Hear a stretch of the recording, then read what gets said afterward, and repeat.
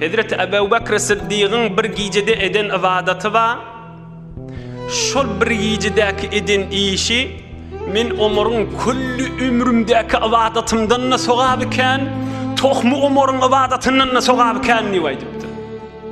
Oğam aýdypdyrly, ey Ömer el-Faruq, nämer Ebu Bekir Siddiq'ın bir gecede eden işi var ki kulli umurun ibadatından ve tohmu umurun ibadatından Ebu Bekir Siddiq'ın sogab iken bolýa, näme işetdi diýipdirler. Onda Hazreti Ömer aýdypdyr, şol Ebu Bekir Siddiq'ın qara gaşyn, dağa gaşyn barya qaly Resulullah jaň daşyndan aýlanyp saklap dağa gaşyn eltdi. O ýolda Ebu Bekir Siddiq görüpdir, Resulullah jaň ayak yalaňaç barya, mübarek ayagynyň dersi soýulyp barya. Dağlyk ýer, daşlyk ýerde eňilip durupdyr. Ya Resulullah, min arkama diýipdir. Min arkama diýipdir.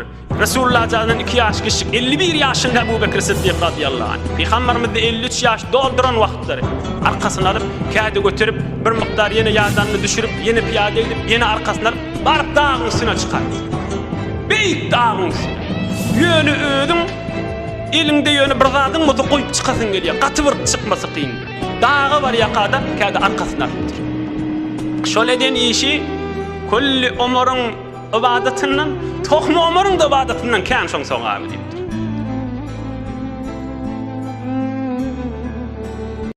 Peygamberimiz mübarek sözlerini aýdypdyr. Men ummatynyň dargynyk zamanyna sünnetim tutan adam 100 şehidin sogaby bar diýdi. Pikirli köfelip, hafatçylykly köfelip, her kim başagay zamanynyň içinde o Resulullah'ın sünnetimi arasda toy tutmakdagy diýip, lep Resulullah'ın sünneti bolsa men arasda tutaryn diýen adam ýaşyňa mende şer sünnet bolsun, felehu ecru 100 şehid, 100 şehidin sogaby bar diýipdir. Peygamberim aýdypdyr.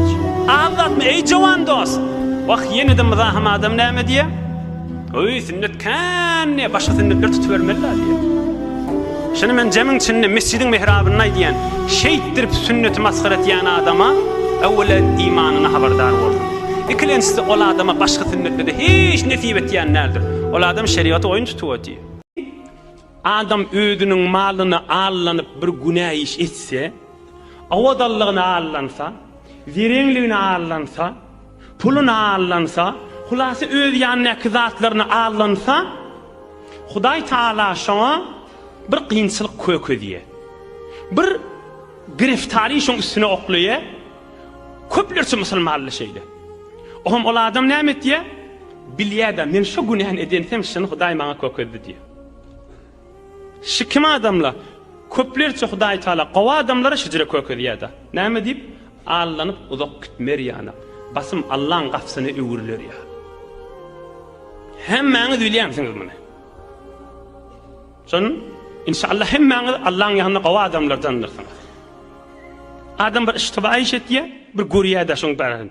Ay öňümde bilýärdim diýe, ýüregime düşüpdi diýe, men falan dat günä edensem şo diýe. Şo ýüregiňe düşýänmi? Dogry da şo. Ýaxşylyk edin aýallyk ollagda. Hatmen özleri bilen deň boljak bolmalylar. Ya gyzlamyz, ya aýallyk ollamy. Hatmen herhili bolup gülüşmek zindigilere girmelimi. Näme? Ataqiz, dädiqiz öýde zindigide hoşluk bolmalylarmy? Aýallygyň men erkekdiginiň arasynda hoşluk bolmalylarmy? Ya hatmen herhiliň zindigisinde bolmalymy? Kim şolara hoşluk kefaýetmeli? Kadryň bilmeýärlermi? Bilmesele bilmesille. Allah'ın ýanyna kadryň maki? Haýsy bir Hudaýyň dostunyň kadryny bildirli adamlar. Haýsy zamanyna Mekkeň adamlary Muhammed Resulullah'ın kadryny bilmändirler. Aleyhissalatu vesselam. Kimin kadry bilinýär? Allah'ın dostlarynyň.